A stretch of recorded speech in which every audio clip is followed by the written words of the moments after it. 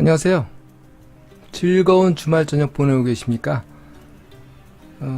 지금부터 다음 주 2019년 5월 27일부터 31일까지 주간 세계경제 주요 이슈에 대해서 알아보도록 하겠습니다. 주요 키워드만 확인하셔도 글로벌 트렌드를 따라가시는 데는 도움이 되시리라고 봅니다. 그냥 편한 마음으로 들어주시고요. 주요 키워드는 첫 번째는 영국 메이 총리의 사퇴입니다. 두 번째로는 역시 화웨이에서 시작된 미중 무역 분쟁 얘기고요. 세 번째는 중국 위안화 환율이 과연 7달러를 넘어갈 것인지 여기에 대한 관심이 주목되고 있고, 지난 주말 목요일 금요일 미국 시간으로 목요일 금요일 마지막 장에 미국 3개월 국채 3개월물과 10년 국채 금리가 역전됐습니다. 지난 3월에는 거기 역전됨에 대해서 큰 충격을 받았는데 다음 주에 어떤 영향이 있을지 주목이 됩니다. 일단 먼저 지난주 시장을 잠깐 먼저 한번 리뷰해 보겠습니다. S&P 500인데요. S&P 500의 주요 산업별 지수인데 S&P 500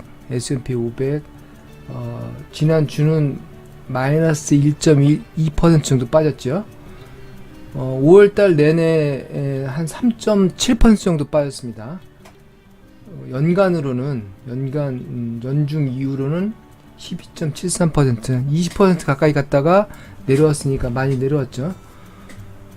그 중에서도 지금 이번 달에 하락폭이 제일 컸던 그 산업군은 에너지가 되겠고, 그 다음에 역시 IT가 되겠습니다. IT 두 군데가 가장 많이 빠졌고요.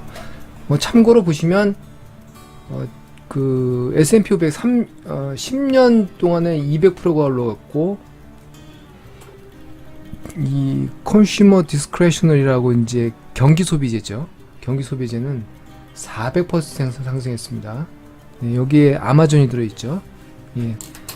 네, 이런 걸 보실 수 있고, 그 다음에 하나 또 관심을 보셔야 될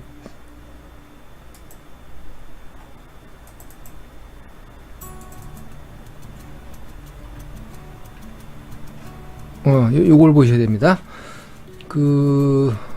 아까 말씀드린 것처럼 금리 역전에 대한 얘기인데, 요게 위에가 이제 금리 커브고요. 일드 커브라고 하죠. 일드 커브. 3개월물과 밑에 보시면 10년, 보통 2년과 10년, 3개월, 10년 이렇게 비교를 하는데, 3개월물이 2.342% 금리가, 10년물이 2.324%, 그래서 3개월이 더 높죠. 1개월부터 6개월까지가 다 1년까지가 다 높습니다. 단기물이 다 높다는 거. 금리가 이걸 보고 역전됐다고 그러죠. 대표적인 경기 후퇴의 신호고요. 그 시장에서 그렇게 강력하게 믿습니다. 요 장단기 역전에 대해서는 제가 별도로 특별 리포트를 만들어 가지고 업로드 했습니다. 이따 9시부터 녹화분이 이제 방송될 예정이니까 참고로 봐주시면 도움이 되겠습니다.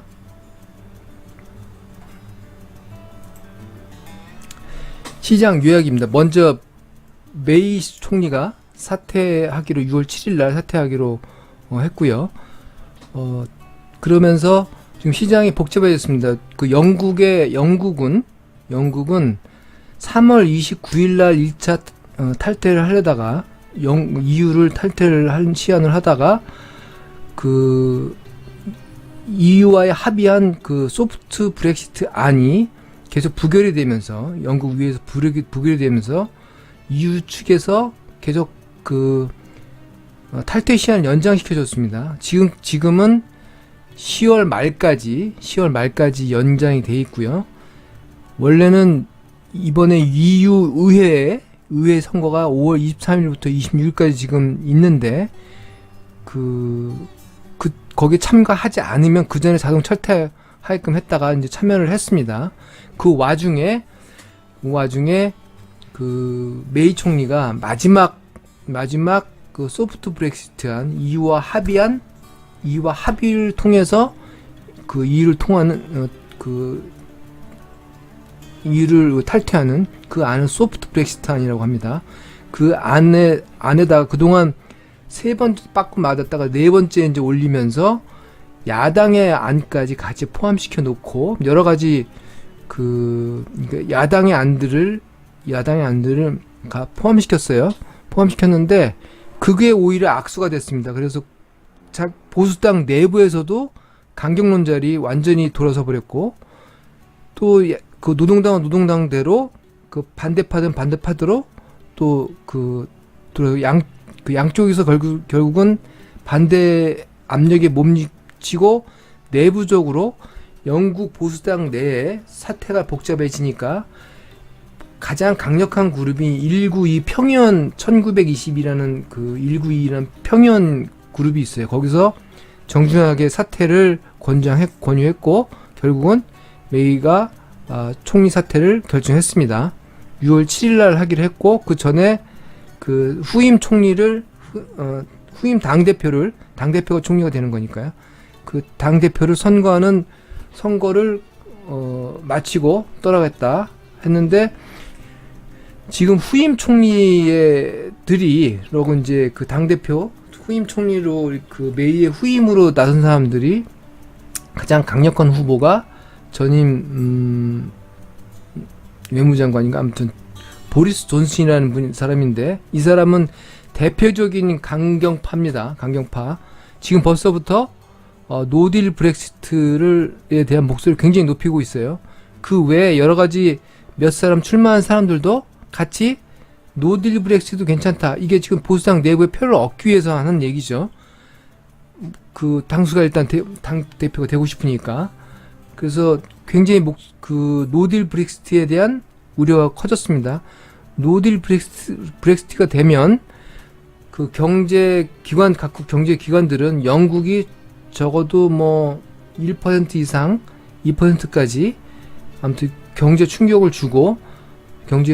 GDP에 충격을 주고, 영국은 대표적인 미국 이외에 유로 달러가 거래되는 금융 왕국이죠. 거기에서 글로벌 은행들이 빠져나간다고 또 지금 선언하고 있고, 굉장히 혼란스러운 이제 국면이 예상이 됩니다. 그래서 그 경제가 유유 경제가 교란이 될 수 있고, 대표적으로 EU가 빠져나감으로 위해서 이탈리아, 그리스 몇몇 나라들도 그 엉덩이 딸막딸막 하고 있어요. EU의 반EU 유로 회의론자들이 목소리를 높일 수 있을 것으로 보입니다. 그래서 아무튼 그런 복잡한 상황 때문에 EU의 경제 상황이 좋지 않을 거다라는 전망이 우세하죠. 그 메이 총리의 사퇴 이후에 노딜 브렉시트의 바람이 강경해지면서 그쪽 사정이 그렇게 복잡해집니다. 보입니다. 그 이전에는 메이 총리가 소프트 브렉시트는 안을 어떻게든 통과시키려고 했는데, 후임자들은 그 상관없이 그냥 10월 30일 합의 안 되면 그냥 나간다라는 지금 스탠스를 가지고 있습니다. 네, 그래서 가장 총리 하야 그 이후에 새로운 이제 강경론자가 들어오면 또 시장이 파운드와는 요동칠 거로 보입니다.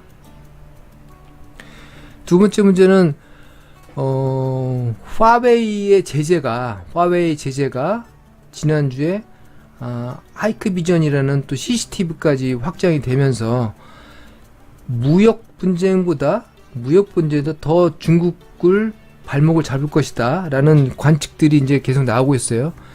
무역 분쟁이 더 정밀한 기술 전쟁으로 무역 분쟁이 기술 전쟁으로 이제 옮겨갔다.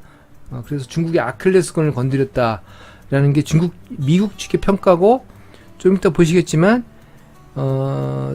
중국 측의 외신들도 그런 것들을 얘기를 하고 있습니다. 중국의 제조 2025 저 빠졌네요. 중국 제조 중국의 그 첨단 산업화를 한다는 그 야심찬 전략이 완전히 잘못하면 물 건너갈 수가 있습니다. 그래서 중국은 어쨌든 간에 무역 분쟁을 해결하기 위해서 나설 수밖에 없는 입장이 될 것으로 보이고요.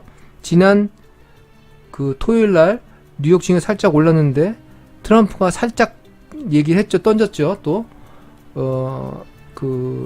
화웨이는 나쁜 기업이지만 아무튼 협상은 할 수 있을 것 같다. 그런 그래서 살짝 분위기를 반전시켰습니다. 중국도 어쩔 수가 없죠. 이제 이게 만약에 중국 제조 2025가 안 되면 중국은 정면을 붙게 되면 넘버 2 이하로 이제 깨질 건 충격을 더 받을 건 명약 관화하기 때문에 넘버 2로서 자기를 전쟁을 하지 않는 이상 자기 성장 한계를 그어야 됩니다. 오히려 또 인정을 하더라도 무역 분쟁 양보를 하더라도 넘버 2고요. 근데 다치고 넘버 2가 되느냐 안 다치고 넘버 2가 되느냐 그런 상황인 걸로 보입니다. 그래서 중국이 빨리 인정을 해야 되는데 아무튼 미국도 지금 농업 부분에 대해서 작년에 120억 불 지원을 했고 이번에도 150억 불 지원을 한다고 했어요. 중국과의 그 관세로 트럼프의 주먹구 계산에 의하면 중국 관세부가 25%에서 1,000억 불을 번다고 했죠. 그거 쓰겠다는 겁니다. 그런데 실제로는 미국 내부에서는 경제학자들은 그건 미국 소비자가 가격 인상을 내는 것이다 하고 자동차나 소비재 업자들이 계속 지금 그 트럼프 레터를 보내고 있어요. 자기들 다 죽는다. 아무튼 살려달라. 그런 얘기고 있고 또 어쨌든 간에 트럼프는 내년 11월 달 그 대선을 가기 위해서는 당초 예선대로 중국 무역 분쟁을 끝내고 일본과 그 유럽까지도 가야 됩니다. 자동차까지 거기까지 내년 상반기 전에 끝내야 하반기에 대선을 하죠. 합니다. 아무튼 일정상 6월 말일날 일본의 G20 회담에서 어떤 계기를 마련할 것으로 보입니다. 나프타를 USMCA를 바꿀 때 큰 틀만 만들고 계속 지금 협상 중이죠. 똑같은 방식으로. 그렇게 될 걸로 보입니다. 어쨌든 그런 타협 기대를 된다고 저는 이제 추천을 하고요. 마지막으로 중국 위안화 달러 7위안 도달 여부, 이게 심리적인 마지노선입니다. 중국 경제에 대한 문제는 이번에 2천억 달러에 대해서 25% 관세를 올리면 경쟁수지가 작년에 한 400 몇십억 달러 플러스 돼 있는데 그거 다 까먹게 되고 마이너스 들어갈 거 봅니다. 중국이. 그러면 경상수지와 외환과의 관계는 굉장히 밀접하죠. 마이너스 되면 금방 이제 약세로 돌아섭니다. 그러면 그거에 대해서 중국이 어떻게 대처를 하느냐? 중국이 어떻게 대처를 하느냐? 그런 대응이 일단 관심거리고요. 미국은 어쨌든 간에 자국에 대해서 자국이 무역 적자를 일으키고 있는 국가들이 환율을 떨어뜨리는 거를 가만히 안 두겠다고 하고 있죠. 환율 조작국 지적을 해서 더 큰 타격을 주겠다는 거죠. 추가적인 이제 관세를 주고, 사실 중국이 미국에 수출하는 건 5천억 달러입니다. 5천억 달러고 GDP가 15조 달러 정도 되니까 계산상으로는 그렇게 크지 않아요. 한 3% 이내죠. 0.3%인가요? 아무튼 3% 이내죠. 그렇기 때문에 중국 경제에 큰 영향을 그 자체는 안 줄 수 있다고 하지만 미국은 또 더 작죠. 미국은. 근데 글로벌 경제의 교역망이 이제 교란되는 게 문제입니다. 서로 이번에 화웨이 사태를 제재를 하니까 유럽과 미국도 다 빠져나갔죠. 다시 또 이런 이제 혼란이 오면 중국에서 자금도 빠지고 여러 가지 이제 복합적인 문제가 발생을 합니다. 그런 것들이 무서운 거죠. 취리안 되면서 아무튼 중국 경제에는 기업 부채가 굉장히 많습니다. 그런 것들이 이제 자금 빠져나가면 굉장히 취약하죠. 그래서 그게 문제고, 그 다음에 아까 말씀드린 것처럼 장단기 금리 역전 상황이 돼 있습니다. 이것이 이번 주에 어떻게 계속 지속될 건지, 요게 조금 더 지속되고 이렇게 말이 나와버리면 시장에 큰 또 혼란을 줍니다. 영향을 줘요. 그래서 관찰을 해야 될 상황입니다. 이 크게 네 가지가 이제 문제고요.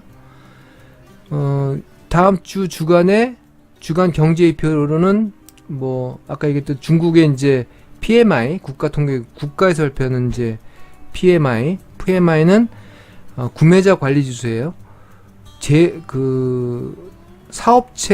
사업체에 이제 사업하는 사람들이 보는 경기 지수입니다. 예, 경기 지수. 이건 위에 보면 컨퍼런스 보드 소비자기는 소비자가 보는 경기 전망 뭐 이렇게 나눠볼 수 있고요. 그다음에 5월 30일에 PC 디프레이터라는 거는 이제 프라이스 컨슈머 개인 소비 지출 프라이스 컨슈머 익스펜디처 디프레이터라고 해서 개인이 소비한 내용에 따라서 계산되는 소비자 물가 지수입니다. 이걸 가지고 이제 페드가 물가 정책을 기준을 삼죠.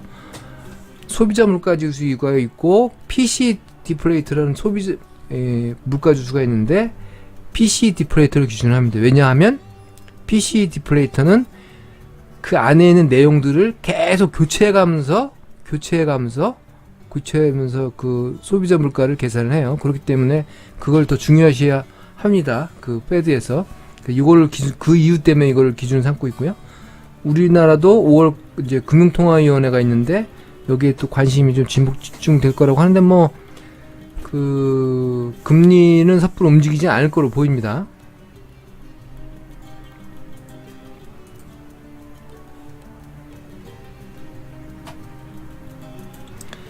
자, 주요 외신들을 같이 보시면서 주요 사항만 좀 분위기를 좀 읽어보시라고 읽어드리는 겁니다. 요 테이크 5는 로이터에서 매 주말에 다음 주 전망을 이제 5가지 주제로 뽑아요. 어떤 걸 유의할 것인지. 예, 그래서 이게 굉장히 큰 도움이 됩니다. 로이터 뉴스입니다. 예. 첫 번째로 메이의 종말이라고 할까요? 아무튼 메이의 사태를 It's the end of May. 메이 시대가 끝났다는 거죠. 테레사 메이가 다우닝가 10번에서 2016년 7월에 다우닝가 10번과에 들어갔는데 브렉시트 브리튼 아웃 오브 더 유로피언 유니언 EU를 탈퇴하는 테이킹 브리튼 EU를 탈퇴하는 브렉시트를 그 문제로 해서 테레사 메이가 당대 대표가 됐죠. 그 유명하신 분 후임인데 아무튼 그분이 이제 정치 앞에 분이 수를 잘못 읽어서 자리를 놓고 브렉시트를 놓고서 이제 벌써 두 분의 총리가 날아간 거예요. 이 브렉시트 문제로 해결을 잘못해서. 그는 이제 자기 야망을 이제 아무튼 해서 이제 떠난다. 는 얘기고, 3번 시도했는데 실패했죠. 3번 시도했는데 실패했는데, 문제는 그의 후계자들이,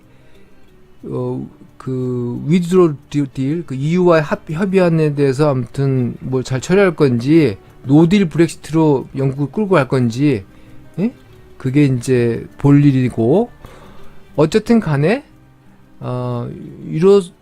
유로스셉틱 보리스 존슨이라는 사람이 되면, 아무튼 노딜 브렉시트의 위험이 커진다는 겁니다.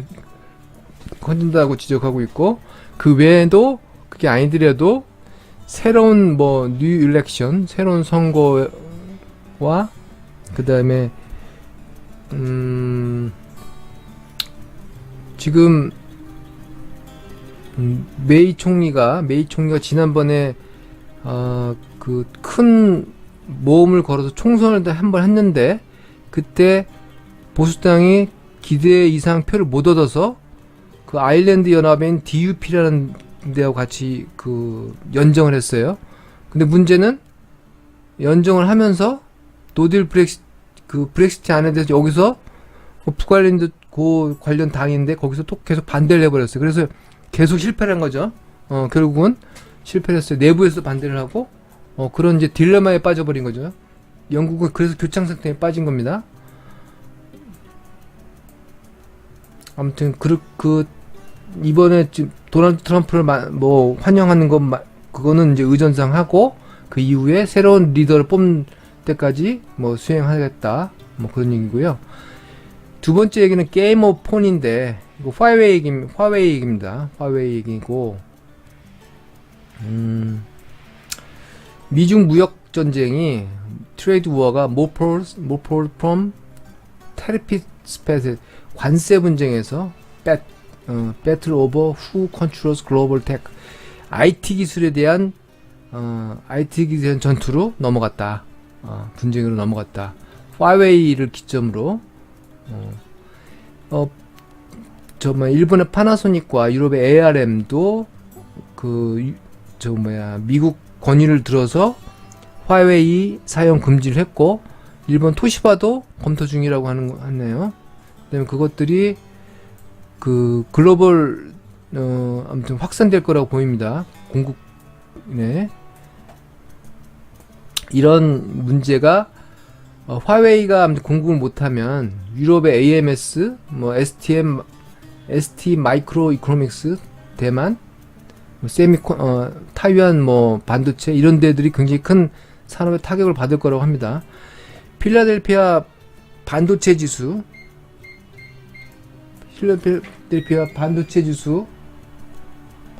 4월 24일 2일에 그 꼭 시점에서 지금 이달에 18%가 내려왔습니다.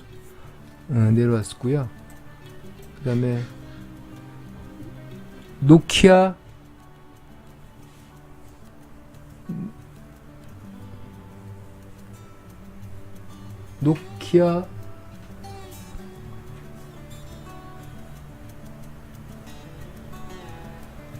죄송합니다.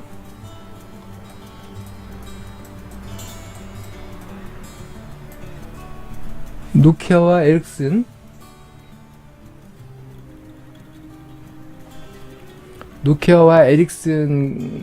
같은 곳이 아마 대체하는 아무튼 대체 효과로 그런 후광 효과를 얻을 것이라고 뭐 그런 전망이 있고요. 그 다음에 얘기는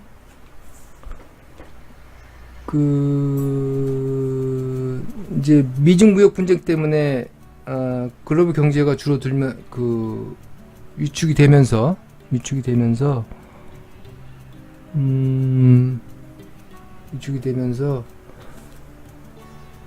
금리를 떨어뜨릴 것으로 이제 전망을 했는데 지금 그 페드에서 한동안 보겠다는 얘기를 해가지고 금리 인상의 이 제스처도 가지고 있었죠.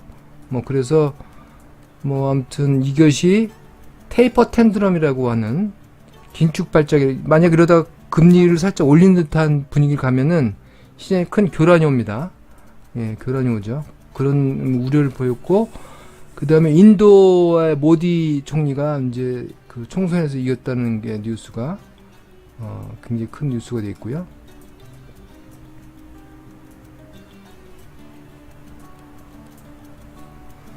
미국 지금 유가가 올라서 여름 휴가철인데 한 4,300만이 움직인다고 합니다. 여름 휴가철. 미국 시간 월요일 날이 그 메모리얼 데이로 연휴죠. 아무튼 그 연휴가 시작됐다고 하고, 자동차 운전이 3,760만 정도 된다고 합니다.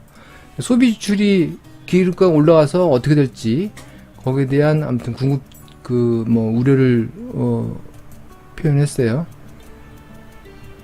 이거는 이제 미국 뉴욕 시장의 국내 주식에 대한 얘기인데 아무튼 미중 무역 분쟁을 관련주를 이제 벗어나서 게임주 같은 이런 그런 쪽으로 아무튼 인기가 있다 그런 얘기고, 아까 말씀드린 것처럼 화웨이 기술 전쟁이 중국에 큰 영향을 줄 거다라는 게 사우스 차이나 모닝 포스트의 지적입니다. 생각보다 그런 뉴스가 있고요. 글로벌 기술 분쟁으로 옮겨갈 거다. 아까 브렉시트 얘기 말씀드렸고, 연합뉴스에 보시면 아무튼 자세히 좀 설명을 해주셨어요. 연합뉴스에서.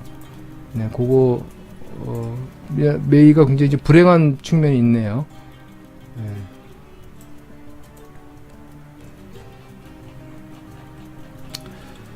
보리스 존슨 얼굴이고 굉장히 이제 고집스럽게 생겼죠.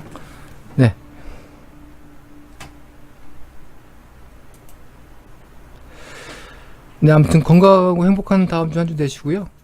도와주시려면, 응원해주시면 아래 구독 눌러주시기 바라겠습니다. 감사합니다. 이상 방송 마치겠습니다.